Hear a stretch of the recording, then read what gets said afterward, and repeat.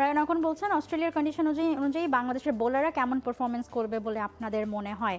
Ultimately বাংলাদেশের মানে দুই সাইডের থেকে তো বোলারদের থেকে এক্সপেকটেশন পুরো দেশেরই বেশি যে বোলাররাই ভালো করবে। অ্যান্ড অস্ট্রেলিয়ার কন্ডিশন অনুযায়ী আপনার কি মনে হয় মাহফুজ 23 বছর পর খেলতে যাচ্ছে? ওই যেটা বলছিলাম যে অমিত হাসানের তো বয়স ছিল 1.5 বছর, বোলার না বাট মানে অনেকেরই তো নতুন এক্সপিরিয়েন্স, একেবারেই নতুন এক্সপিরিয়েন্স সেখানে খেলতে যাওয়া, তাদের বিরুদ্ধে খেলা। নাহিদ রানা শরীফুল থাকলে আর একটু ভালো হতো, যেহেতু নাই আরো স্ট্রংলি আমরা আনসার দিতে পারতাম, আরো স্ট্রং হতো ব্যাপারটা, আসলে মানে ওভারঅল হাইপটা আরো অন্য লেভেলে থাকতো। একদম। তো যেহেতু ওই দুজন নাই, তাসকিন এবং হাসান মাহমুদের উপরে responsibility will be really high.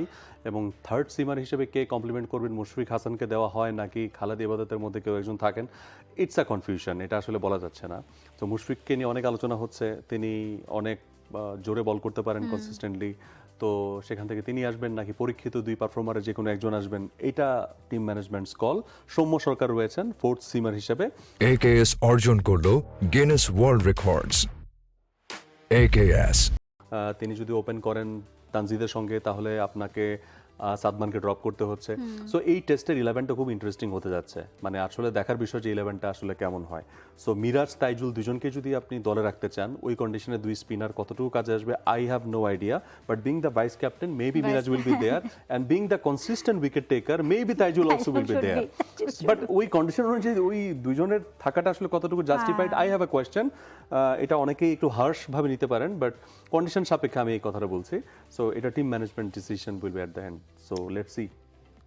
Tajbirul Mahadi বলছেন বর্তমানে বাংলাদেশ ইমার্জিং দল সাউথ আফ্রিকায় আছে, সাউথ আফ্রিকায় ভালো পারফর্ম করে কেউ কি বিশ্বকাপের বিবেচনায় আসতে পারে? আসলে কারা আসবে বলে মনে করেন? আপাতত যেভাবে সিরিজটা তারা শুরু করেছে 89 রানে অল আউট, মানে আপাতত যেভাবে সিরিজটা শুরু করেছে এরকম মানে প্রত্যাশিত একটা মানে এখনই এরকম এক্সপেকটেশন কিছু রাখা যায় না, আগে অন্তত সিরিজটাতে ভালো একটা স্টার্ট করুক। না মানে ব্যাটিং এ আপনি আসলে কাদের দিকে ফোকাস ছিলেন? জাকির, তারপরে সোহান, এদের দিকে তো সবচেয়ে বেশি ফোকাসটা ছিল, তারপরে মানে মাহফিজুল তাদের উপরে।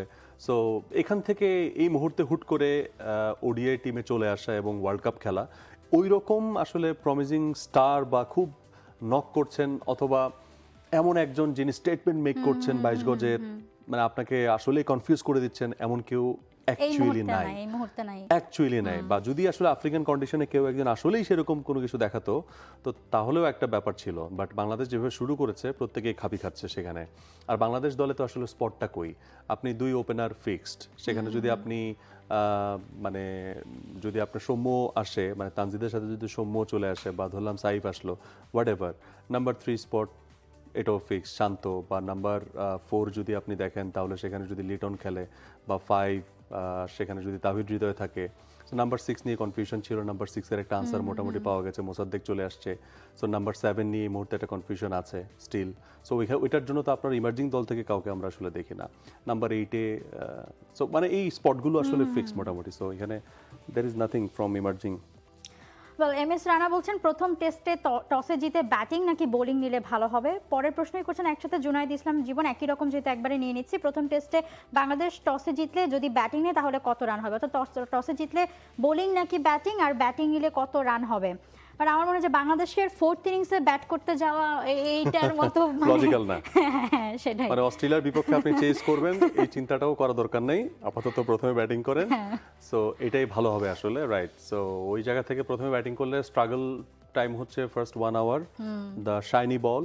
সো ওই রেড চেরিটাকে যত বেশি আপনি ওল্ডিশ করতে পারবেন without losing any wicket, that will help you to score big runs. So very important that from the very beginning, from first 30 minutes or first 1 hour, কেমন বাংলাদেশ করে, সেখানে কত রান আসলে বাংলাদেশ করে। So it's really really important. 400 রাখতে হবে target. কি মনে হচ্ছে এটা না বলি, কত রান করতে পারে এটা না বলি, আমরা চাই ভালো কিছু করুক, সেটা তো 300-400 হলে তো খুব ভালো, খুব ভালো। সেঞ্চুরি করো, কেউ না কেউ সেঞ্চুরি করো, কাম অন, অন্তত দুটো, কি বলেন, কেউ না কেউ অন্তত দুটো সেঞ্চুরি আসবে। Well, thank you so much সবাইকে আপনাদের প্রশ্নের জন্য, সময়ের জন্য। শনি সোম 3 দিন আমরা দ্য ক্রিকেট শোতে ক্রিকেটের আপডেটস নিয়ে হাজির হয়ে যাই। দেখতে ভুলবেন না টি স্পোর্টস এবং টি স্পোর্টস ডিজিটালে একই সাথে। অসংখ্য ধন্যবাদ আবার সবাইকে। For more updates, subscribe to our YouTube channel and click on the bell icon. Follow us on Facebook and Instagram. Download T Sports app to enjoy exciting games and highlights. Visit tsports.com.